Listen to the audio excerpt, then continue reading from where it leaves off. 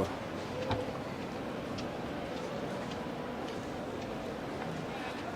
Tu sais qu'il y a un centre dessous, pas loin. Hein? Un centre pour les malentendants. Pour les malentendants. Et du coup, bah, j'ai toujours eu ça. Je sais pas si les choses ont changé. Là-bas au bout, tu vois, les personnes Il y a un restaurant là-bas. malentendantes. Bah, t'as à Châtelet, il y a des restaurants partout. C'est venu qui? Ça commence par un T. T, ça veut dire? TH. THO. To. Tomateux. Non. Hein? Comme tu es devenu To. To Ma. quoi? Ma. Tomama. Thomas. Thomas. Thomas. Je suis devenu un Thomas. Tu veux voir pourquoi? Bah justement. Franchement, j'ai très soif, j'ai très faim. Je suis en jeûne en fait.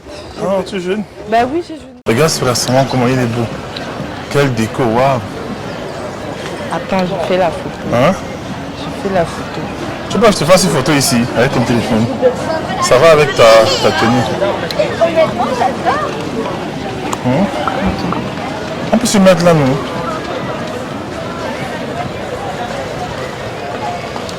Allez, viens, on se met là-bas.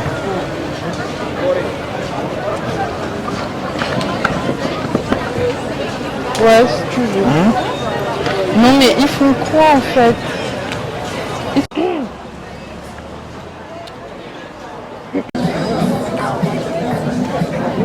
Alors ma chérie, comment vas-tu aujourd'hui? Ça va. Ça va, tranquille, je suis en paix. Ça va. Pas grave, ça va. Je ne me plains de rien.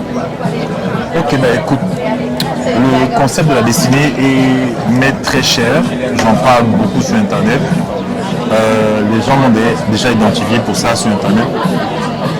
Même dans les moteurs de recherche, quand les gens cherchent le concept de la destinée sur Internet, sur Google, ils tombent sur mes vidéos. Mais on ne t'a jamais entendu parler de la destinée. Et en cette saison-ci, tu sais que je n'ai pas trop envie de parler, je veux que tu parles en fait. C'est quoi la destinée pour toi et comment est-ce que tu l'as découvert? Parce que je sens que tu es dans ta destinée. Quand je vois les choses extraordinaires que tu fais, comment tu as découvert la destinée? Comment tu l'as définie d'abord et comment est-ce que tu l'as découvert? Bah, ça va être vraiment très très long en fait, j'aurais beaucoup à dire. Ouais, parle, même si c'est en plusieurs parties, va édifier les gens qui nous regardent. Ok. Donc comment en fait, qu'est-ce que c'est la destinée? Pour moi, c'est un chemin de vie, tu vois, dans lequel tu es appelé à faire des grandes choses, des choses extraordinaires. Et ces choses-là que tu dois faire, en fait, elles sont déjà en toi. Tu vois. Et ces choses que tu vas faire, elles vont être utiles à toi et aux autres. Tu vois. Et justement, dernièrement, je me souviens que je sais que j'avais une pensée me parler de quelque chose. Je crois que je cherchais un sujet de vidéo à faire. Et le mot destiné m'est venu en tête et je me suis dit non, je ne vais pas parler de ça. Parce que ça, c'est le truc de William. Et puis ensuite, j'ai eu une forte pensée qui est venue et qui me disait mais en fait, tu as donné le mot destiné à William. En fait. Comme il parle de ça, c'est genre, c'est monsieur destiné. Et après, je me suis dit, mais moi, je suis maman destinée aussi, en fait. Si tu es monsieur destiné, moi, je suis maman destinée. Parce que bien avant comment dire, de te connaître, de donner ma vie au Seigneur, de prier même. Je croyais déjà en ce concept-là. Ça veut dire que moi, dans mes études, j'ai fait de l'alternance, tu vois. Et très tôt, j'ai su que ma place, c'est pas tellement derrière un bureau, quoi. Je suis pas douée dedans parce que quand j'allais au travail, c'était vraiment la mort dans mon âme. Ouais. Et déjà, je faisais un BTS. Alors que je faisais mon BTS, on n'avait même pas encore composé l'examen et tout. Et j'étais en train de chercher ce que je vais faire après. Des études, d'autres études, parce que je savais déjà que ça ne me convenait pas. L'alternance a permis de savoir que ça ne me convient pas. Mais ensuite, à cause pour des raisons diverses et variées, je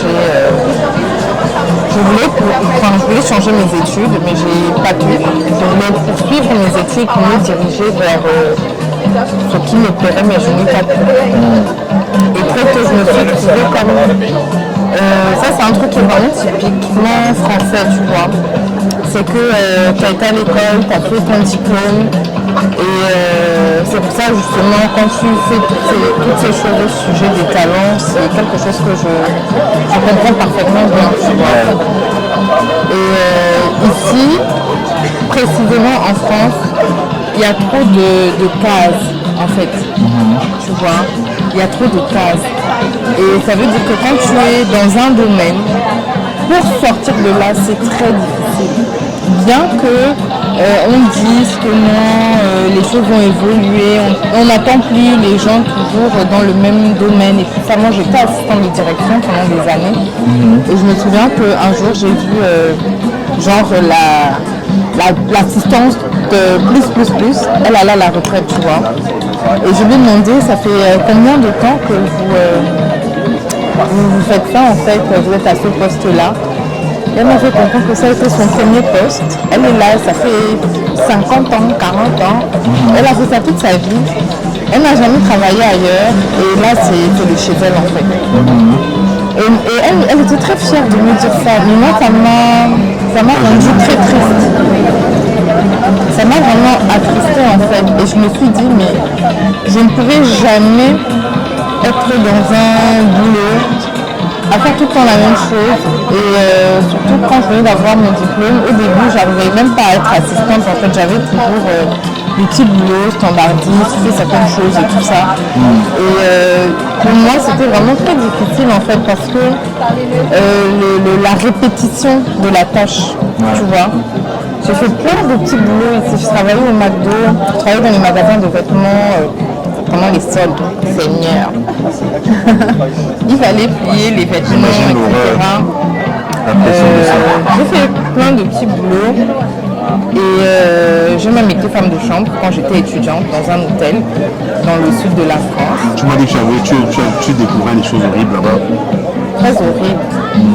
On va épargner les détails. Et en fait, j'ai toujours été quelqu'un qui j'aime réfléchir en fait. J'aime me casser la tête, j'aime me poser des questions, j'aime un peu d'adrénaline et tout ça. Et les tâches répétitives, exécutives, ça ne me plaît pas. En fait, au début, c'est-à-dire, ma façon d'être, je pouvais travailler dans un endroit. Par exemple, quand j'ai travaillé au McDo, j'étais très contente de travailler au McDo parce que tu manges là-bas depuis que tu es petit. Enfin, genre, tu vas travailler au McDo. Je travaillais au McDo et en fait, tant que la tâche, je la maîtrisais pas, tu vois, parce qu'en fait, je travaillais à midi. Et à midi, c'est là où il y a 1 milliard de personnes qui viennent, tu vois. Et il faut être rapide, il ne faut pas te perdre dans les commandes et tout ça. Et au début, quand tu en arrivais le premier jour, tu es en enfer. Donc je faisais les choses et tout ça, c'était vraiment hyper stressant. Et une fois que la tâche a été acquise, ça m'a plus intéressée. Et j'ai beaucoup souffert de qu'est-ce que je vais pouvoir faire comme métier en fait. Je me suis longtemps cherché qu'est-ce qui est fait pour moi, pourquoi je suis faite et tout ça. Et les métiers vers lesquels j'allais, donc je reviens sur le cas de la France, il faut toujours des diplômes, il faut toujours des certifications. Dans les pays anglo-saxons, sur d'autres sociaux, quand tu commences au bas de l'échelle, tu as tu peux évoluer, tu peux avoir des promotions, tout ça. Mais ici, en France, je trouve pas qu'il y a un ascenseur social. Tu vois, l'ascenseur social, c'est la télé-réalité.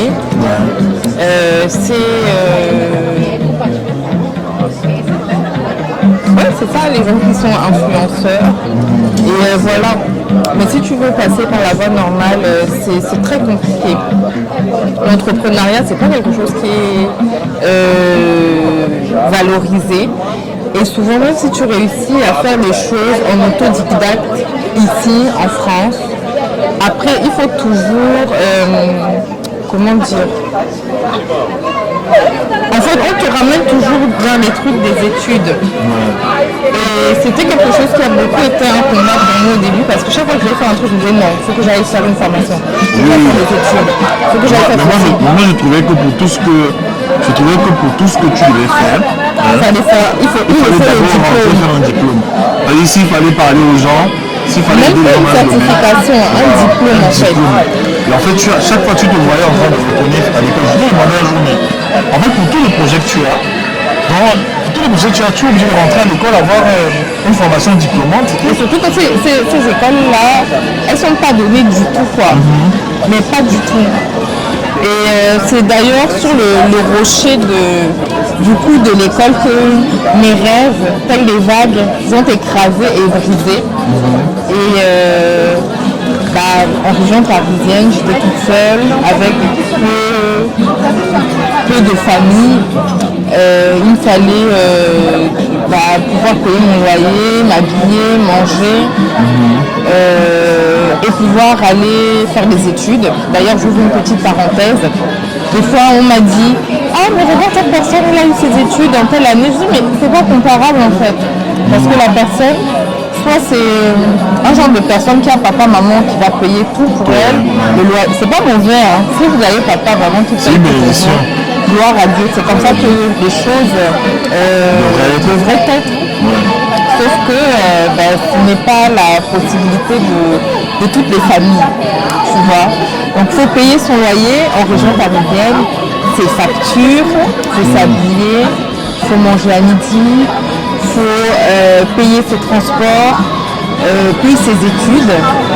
Et je n'ai même pas dit les loisirs et tout ça. Et à l'époque, je fumais, il fallait aussi payer ses cigarettes. Bref, c'était pas possible en fait. Donc j'ai dû arrêter mes études. Et ça a été vraiment avec beaucoup de douleur, mais j'essaie toujours, au travers de cours du soir, de pouvoir rattraper mes rêves. Mais c'était vraiment ici, en France, il y a un plafond de verre, en fait. Il ne se voit pas, mais pour passer d'une étape à une autre, c'est vraiment très difficile. Même au travers des promotions, ce n'est pas évident en fait. Ici, les gens ne sont pas évalués en fonction de leur... Je parle de la France parce que c'est là où j'ai vécu la majeure partie de ma vie. Mais les gens ne sont pas évalués en fonction de leur capacité, de leur volonté, de leur...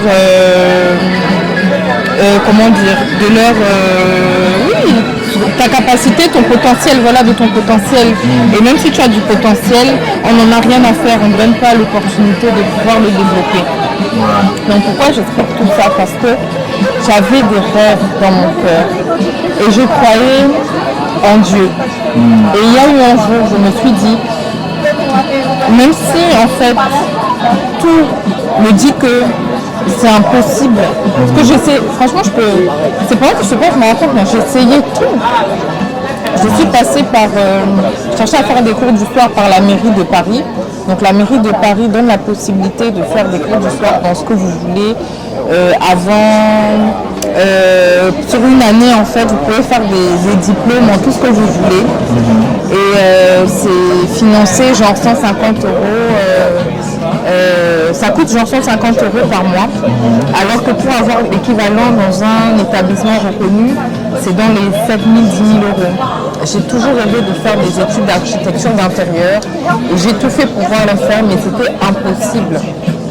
je me suis orientée vers, comment ça s'appelle, bon, le CNAM, ça n'existait pas.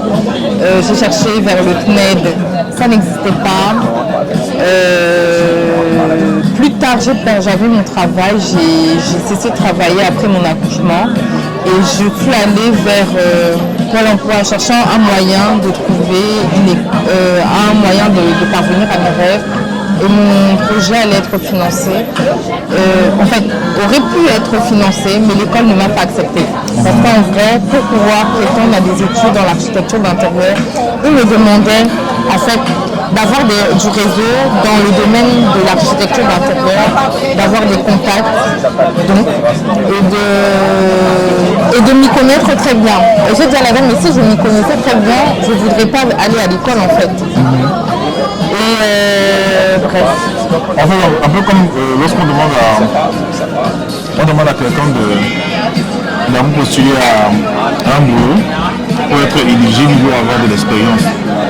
Alors que tu n'as jamais travaillé, comment tu sauf que as là, pour avoir des études, on te demande l'expérience en fait. Je suis passée par quoi encore?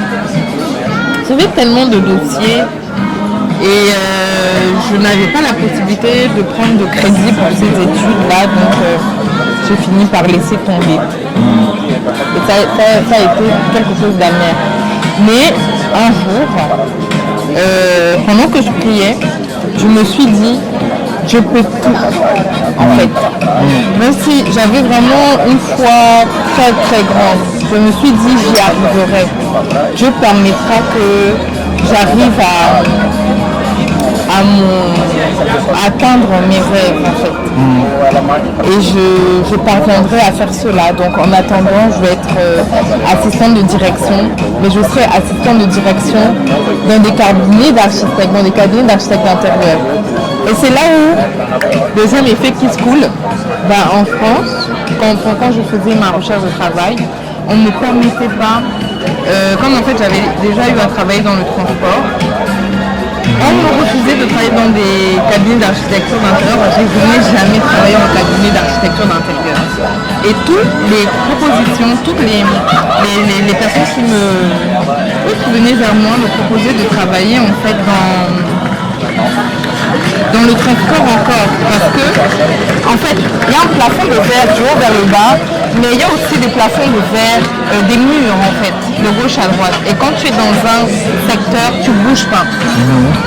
Ok, normalement si tu es comptable je sais pas, en restauration, tu peux être comptable dans un hôpital, c'est toujours la même comptabilité, ça change pas.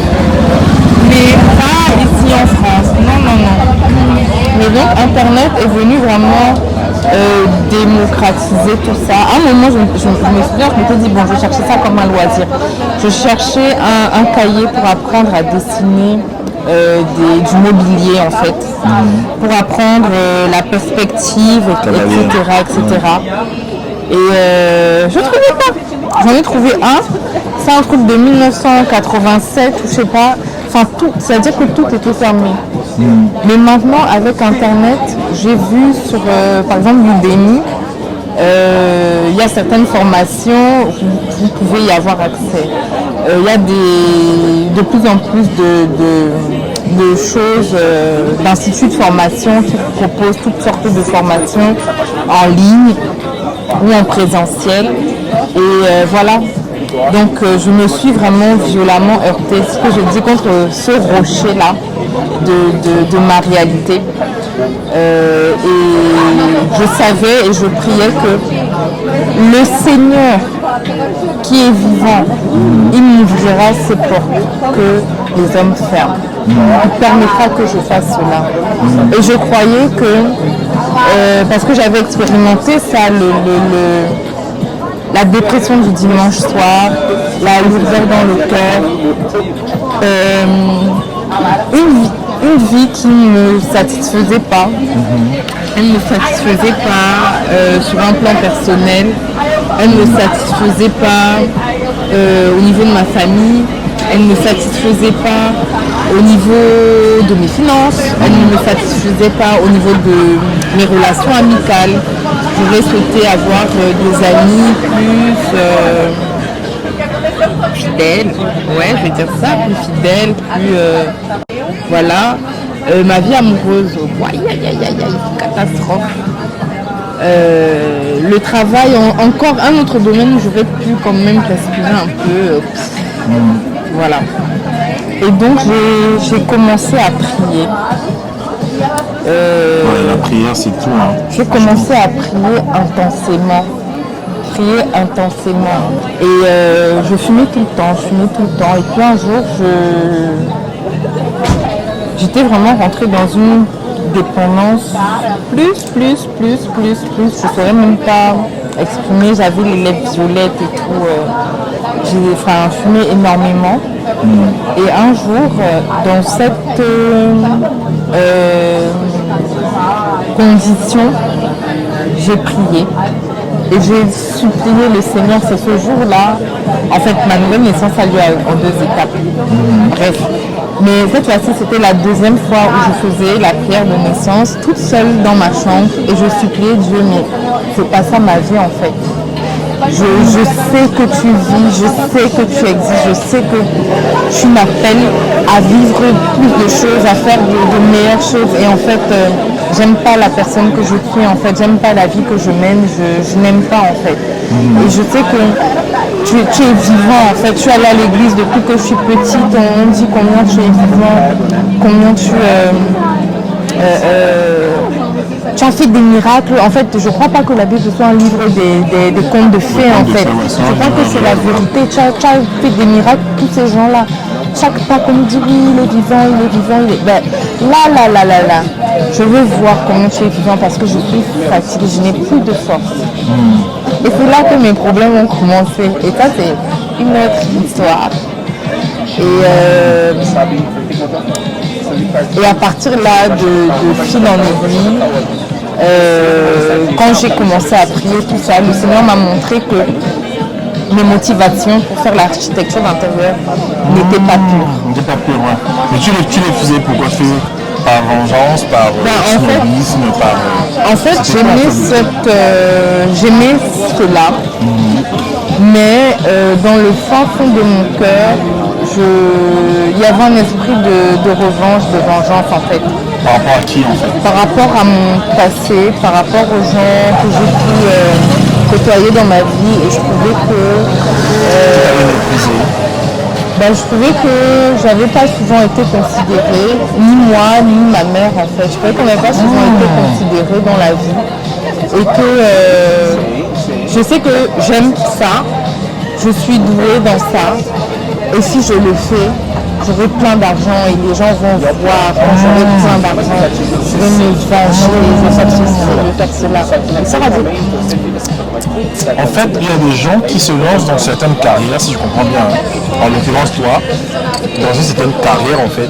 Je me suis lancée dans mon imagination. Dans ton imagination, en fait. Mais certains vont plus loin, parce qu'ils réussissent même dans certains milieux, juste parce que, en fait, ça cache une blessure profonde, en fait.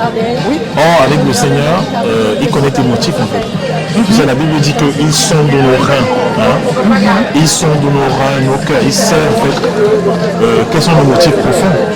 Donc, en fait, là, il t'a dit, écoute, cette histoire de succès que tu veux là, parce que tu veux te venger, pas du tout. Tu te souviens que une époque de ma vie, j'étais déterminé aussi à me venger des gens qui m'ont fait du mal. Et un jour, Dieu m'a dit non, je ne t'amènerai pas vers le succès si tu veux te venger. Parce que si tu te venges, tu peux devenir un tyran. Et il y a des gens comme ça qui arrivent à des positions très élevées, positions de leadership, positions de puissance financière. Voilà. Et vous comprenez, donc il y a donc parfois des gens qui sont bloqués, pas parce que leur ambition n'est pas authentique, hein, tu vois, non. Ça peut être authentique, ça peut être même un rêve divin, tu vois, non. Je sais. Est-ce que vous m'avez coupé Je crois fermement que si la porte m'a été si violemment fermée, c'est parce que si elle avait été le Seigneur, c'est lui-même qu'avec la foi que j'avais, dans ce domaine, la détermination que j'avais, s'il avait ouvert la porte un peu comme ça là, j'allais briller grave.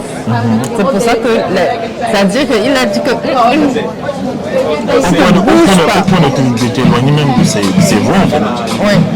Et je me souviens que la dernière fois où j'ai fait une tentative, c'était avec la mairie de Paris, qui proposait des cours et tout. J'ai reçu la réponse, j'ai pu postuler, tout ça, j'avais plus de réponse, et la réponse était positive. Et en fait, je m'étais tellement débattue pendant des années, j'avais tellement manifesté ma foi.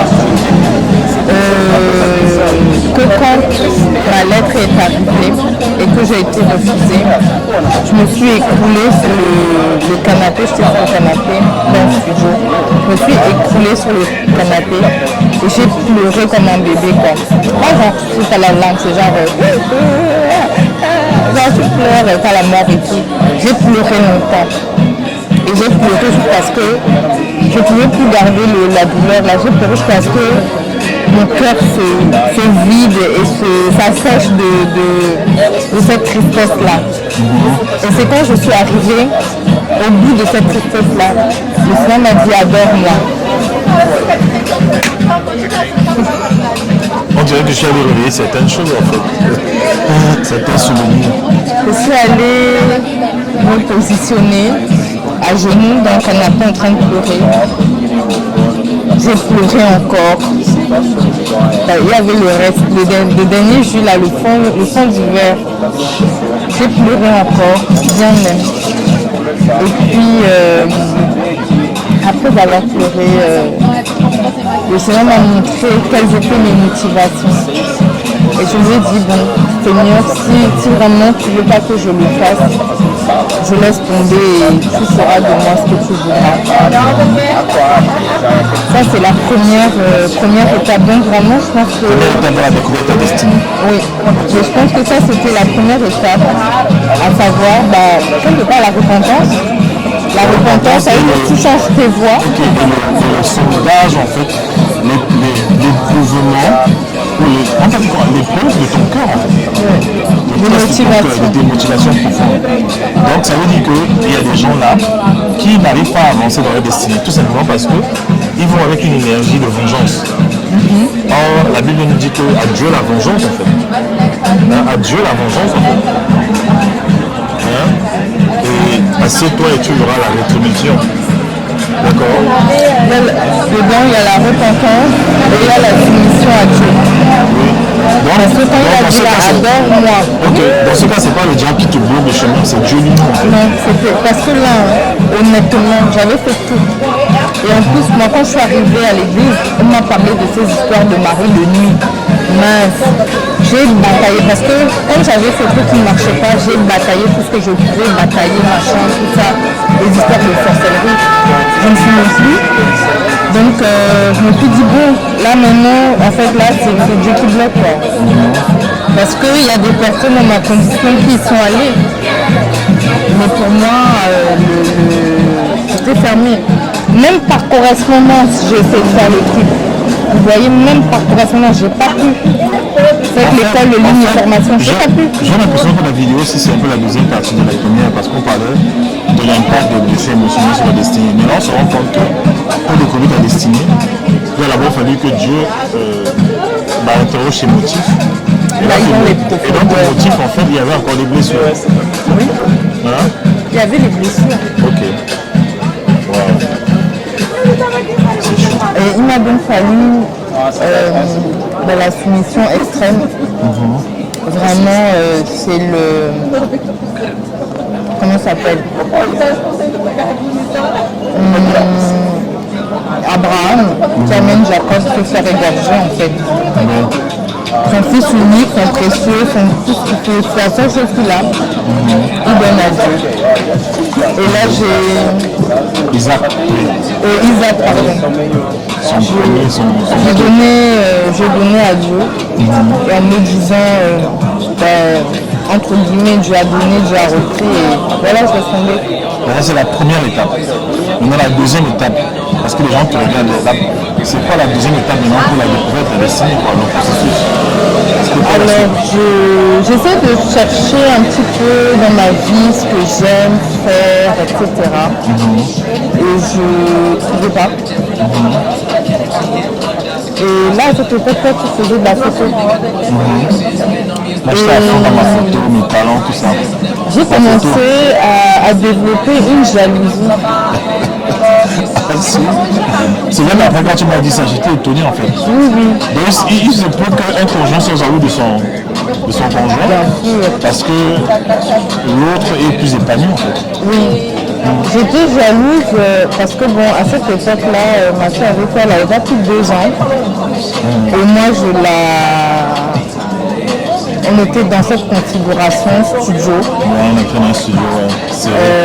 Je la gardais, quand je la gardais, c'est ma fille, donc je m'en occupais. Pas de place en crèche. Et pendant 2 ans, à cause du studio, je ne me suis jamais retrouvée seule dans une pièce. Et je pétais les plombs. Vraiment. C'était vraiment très très difficile. Très éprouvant. C'était très compliqué. Et j'ai commencé à voir ce personnage. Il faisait des photos, il se réveillait au milieu de la nuit à 1h du matin. Les photos, il était tout le temps derrière son ordinateur.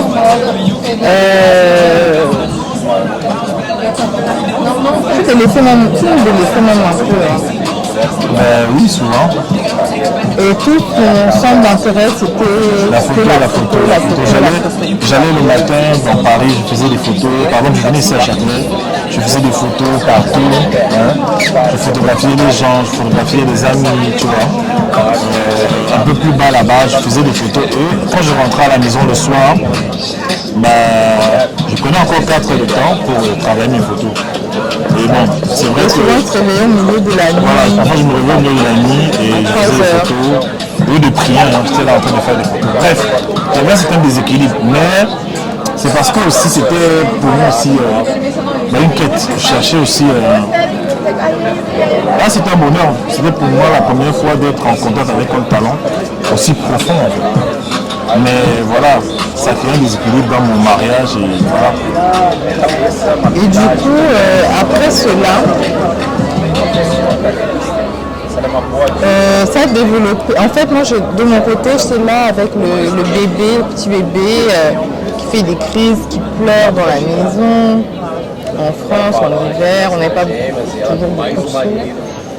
Et le voir comme ça dans sa passion, en fait, ça me rendait jalouse.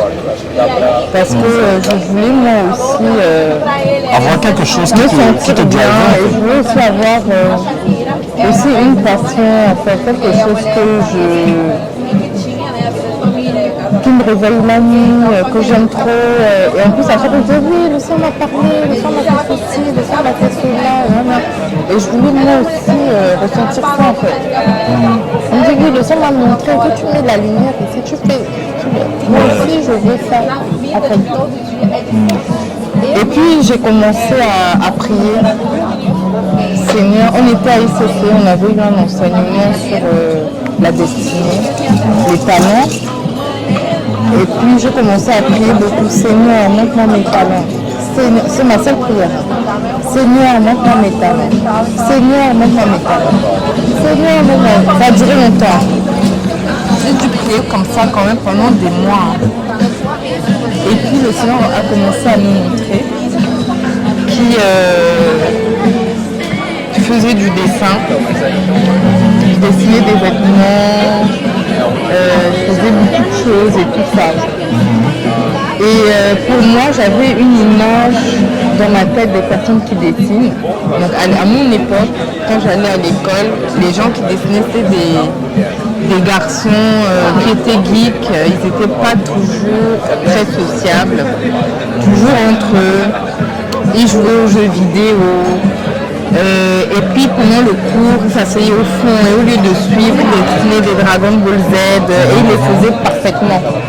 Et pour moi, en fait, tu nais en sachant dessiner, en fait, tu ne deviens pas dessinateur. Et j'arrêtais pas de faire des songes comme ça et pour moi c'était vraiment inaccessible en fait. Et je ne suis pas partie, j'ai pas été particulièrement confrontée au dessin, donc je ne comprenais pas en fait. Et le truc, la vérité c'est quoi? C'est que par rapport à votre histoire de vie, si vous n'avez pas été confronté à... Seigneur me parle. C'est vrai, hein? Oui. Vas-y. Moi j'évolue et puis je vais le pour toi, dire. ok. Si vous n'avez... Non, c'est pour partager. D'accord. Si vous n'avez pas été confronté à une certaine discipline dans votre vie, imaginons par exemple que, je sais pas, vous ayez vécu dans une famille où on ne fait pas beaucoup d'activités, la seule chose qu'on fasse c'est regarder la télé. Est-ce que ça veut dire que votre don de talent a à voir avec la télé? Non. Imaginez que votre activité, votre truc soit de faire du sport, mais vous êtes dans une famille où des personnes ont des problèmes alimentaires, mangent trop, etc. Vous allez vous rendre compte que on dirait que c'est hors de votre portée. Mais il y a des choses pour pouvoir que ça se réveille. Il faut être confronté à cela. Et en vérité, il faut prier. On doit prier parce qu'on sait très bien que depuis que le péché est rentré dans l'humanité, tout est déformé, tout est chamboulé en fait. Et la normale voudrait que quand je nais, je vais aller faire ce que Dieu m'a prévu que je fasse. Mais la vérité c'est que je suis née dans une famille dysfonctionnelle. J'ai été placée, je sais pas ailleurs, je suis née dans un orphelinat, j'ai ceci, j'ai cela. Mais je ne verrai jamais rencontrer mon don, mon talent. Est-ce que ça veut dire que je n'en ai pas? Non. Mais il y a des talents qu'on a, mais notre environnement ne nous a pas permis de le rencontrer. Et la Bible dit quoi dans le livre de Jérémie? Avant que tu ne naisses, je te connaissais. Je t'avais formé, je t'avais appelé prophète des nations et je t'avais formé dans le ventre de ta mère. Ça veut dire quoi? Ça veut dire que avant, il y a de la prédestination dans la destinée. Avant que tu ne naisses, tu es déjà ce que tu es, tu ne le deviens pas. Quand tu nais, à un moment tu manifestes ce que tu es. Et or, il y a des personnes, leur environnement, leurs conditions ne leur ont pas permis cela. Mais c'est en se rapprochant, il y a ce travail de restauration et c'est ça en fait le mot important, restauration. Vous savez, quand vous avez votre téléphone ou je ne sais pas l'appareil que vous avez, il y a des moments quand ça bug et tout, on clique dessus et on remet ça en état de, comment on va appeler ça, sortie d'usine. Vous voyez? Et souvent nous, par rapport à la vie que nous avons eue, des choses auxquelles nous avons été, nous sommes frottés, eh bien, on a vécu des choses qui nous ont un petit peu déformées. Et il faut se réinitialiser comme sortir d'usine. Et cette réinitialisation, ça se passe auprès du Seigneur. C'est la restauration.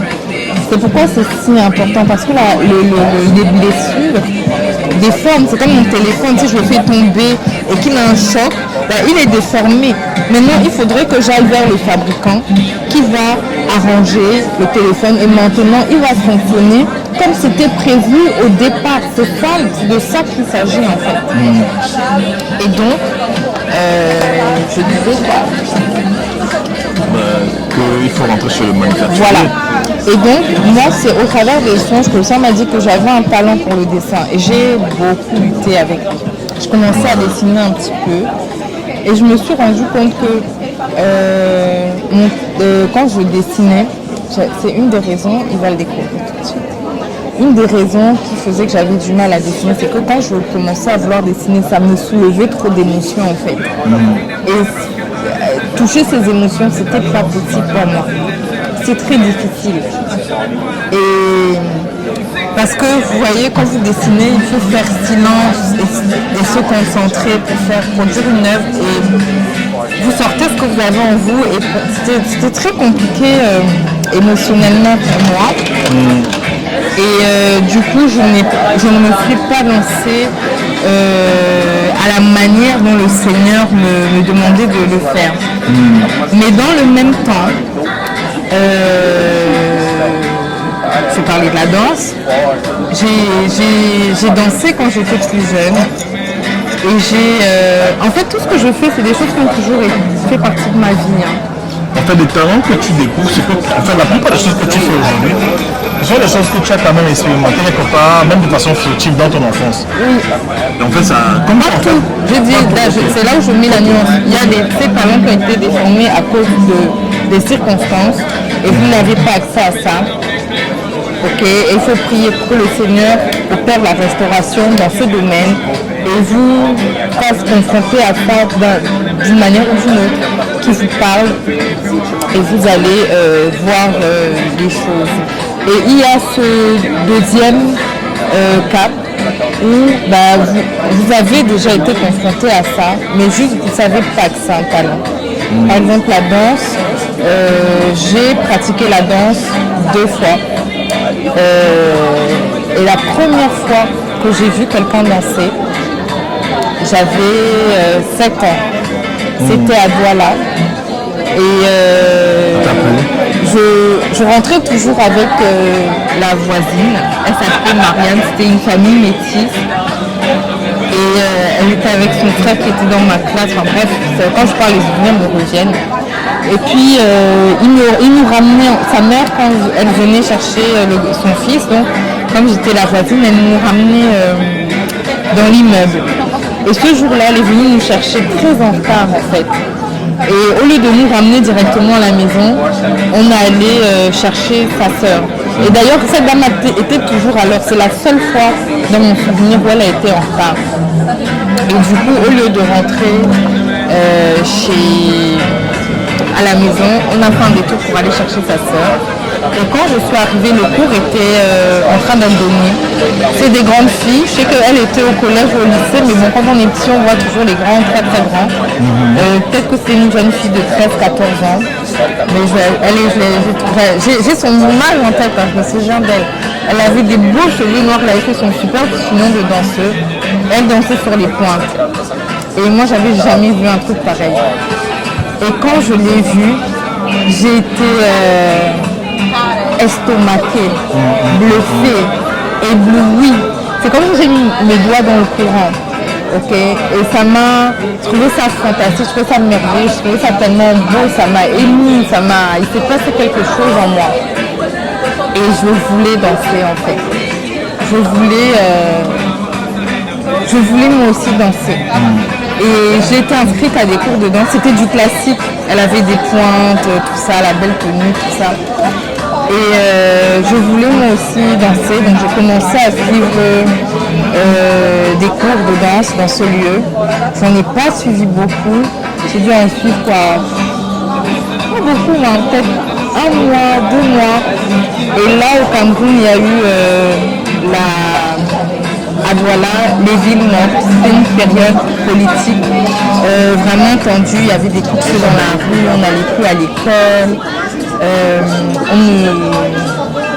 Bref, c'était genre comme le début de la guerre, quoi. Il y avait des émeutes et tout ça. Et dès qu'il y a eu ça, ma mère m'a envoyée en France.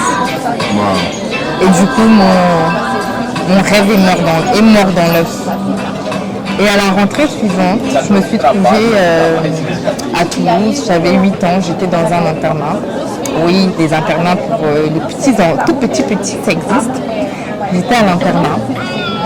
Et alors que j'étais à l'internat, je vivais vraiment très très mal cette énième séparation avec ma mère, parce qu'on avait plusieurs. Donc je vivais très mal cette énième séparation, j'avais des dépressions, mais je ne m'en rendais pas compte, hein, mais c'est maintenant que j'ai grandi que je me rends compte que je faisais des crises de dépression, des épisodes de dépression déjà si jeune. Et j'avais des moments où je pleurais. Et un jour à l'internat, un mercredi après-midi, il y avait une prof de danse, je me souviens de son prénom, elle s'appelait Nathalie. C'était vers Toulouse. Et elle était venue nous faire des cours de danse. Et elle, c'était une prof de modern jazz. Et avec elle, on avait fait tout un spectacle, on avait fait la période de Patrick Bruel. Cassez-la, quoi. Cassez-la. Bref, c'était la période Patrick Bruel. Et on avait fait des superbes chorégraphies sur Patrick Bruel et Zouk Machine à l'époque. Et d'autres chansons, je ne m'en rappelle plus. Mais celle-là, je me souviens de ces deux. Et pour moi, les cours de danse le mercredi, c'était, je sais même pas expliquer ça en fait. C'était comme si j'étais genre en enfer en fait. Et là, on me fait passer directement de l'enfer au genou du Seigneur en fait. Et je me sentais en vie. C'était le moment où je sentais que je suis en vie, que la vie est belle et j'adorais danser. J'adorais vraiment danser. Et pour moi, donc, à chaque fois, la danse, c'était du modern jazz. La danse. Et puis, il y a eu d'autres années, on a fait encore la deuxième année, quand j'avais 9 ans, elle n'était pas venue. Et puis après, elle dit, voilà, on a fait aussi de très belles chorégraphies. On avait fait, on avait fait toute la chorégraphie de Thriller, comme... Oui, le clip de Michael Jackson. On avait fait tout. Oui, je m'en souviens, même quand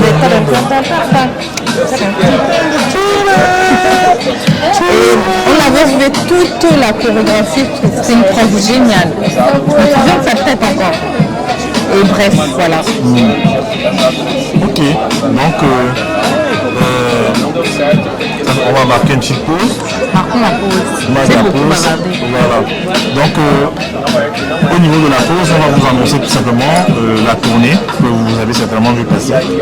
Vous avez certainement vu les affiches passer. Notre tournée mondiale qui commence le 27 août 2022 à Paris. Le Talent Tour, on va aller à travers les nations. C'est l'ordre qui nous a été donné du Seigneur. Aller à travers les nations. Ça commence en France en fait. C'est une des raisons aussi pour lesquelles nous sommes revenus pour ces vacances. On va faire une journée spéciale. Il y aura un atelier de danse avec la coach Joanna, mon épouse. Et elle va enseigner, elle va faire un atelier de 3 heures de temps, une partie théorique sur la danse liturgique. Vas-y, explique un peu. Une partie théorique, une partie pratique, on va danser, et une pratique où je vais rendre ministère aux personnes qui seront là. Mais juste une petite précision, je ne pourrai pas gérer trop de gens. Donc, il n'y aura pas plus de 50 personnes pour cela. Donc si vous êtes intéressé par la danse, prenez vos billets. Parce qu'ils partent vite. Ils partent vite là, depuis la demande pour prendre les tickets. Du coup, donc ce sera la première partie. Après, il y aura un moment de génie, n'est-ce pas?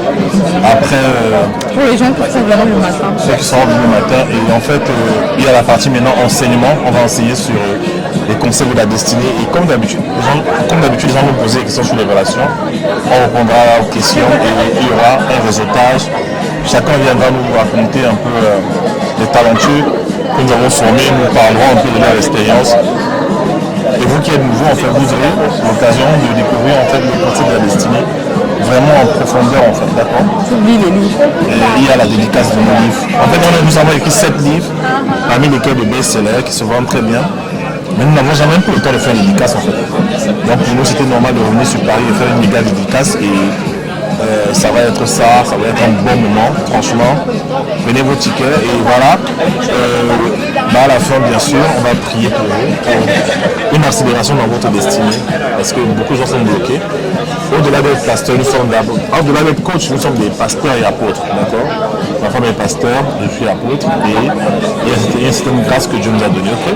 Donc prenez vos tickets et ce ne sera pas comme ça tout le temps. C'est un événement à Paris, je ne sais même pas quand ça se reproduira encore. Et après ça, nous allons directement, nous posons nos valises à Douala. Nous allons faire le Talent Tour, deuxième édition.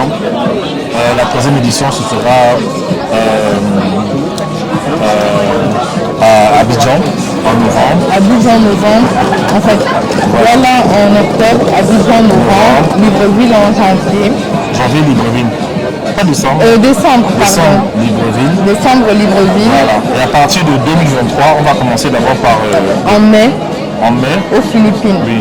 Mais il mois de mai. y a le Togo et le Sénégal. Hein. Oui, on n'a pas encore les dates. Voilà, je pense qu'on ira d'abord en début d'année au Togo parce que les gens nous attendent là-bas. Je suis allé au Togo pour un mythe, ça s'est très bien passé et j'ai promis de revenir avec toi. D'accord. Et après on ira en Amérique, aux Philippines, après en Amérique du Nord, Canada, États-Unis. Voilà. Et sans oublier la Martinique, quelque part pendant l'année 2023, bref, on verra comment ça se passe. On va organiser On va organiser ça, voilà, c'est ça la tournée mondiale et ça va vraiment être des moments importants. On va aller. C'est une troupe qui vient libérer les talents, qui vient libérer les destinées en fait. Ok. Bah, cette vidéo va continuer parce qu'elle n'a pas fini de nous parler de la destinée, elle s'est arrêtée là, on a marqué une pause. Allez à la vidéo numéro 2. Ciao.